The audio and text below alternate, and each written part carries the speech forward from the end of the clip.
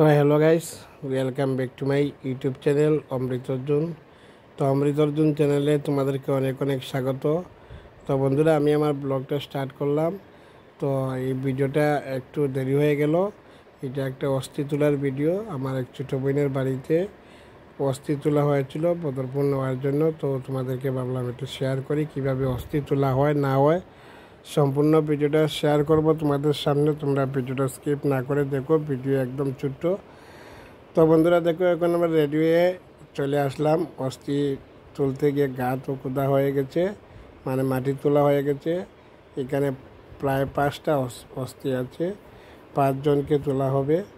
বহুত পুরানা অস্থি। তো কীভাবে তোলা হয় না হয় সম্পূর্ণ ভিডিওটা তোমাদেরকে দেখাবো।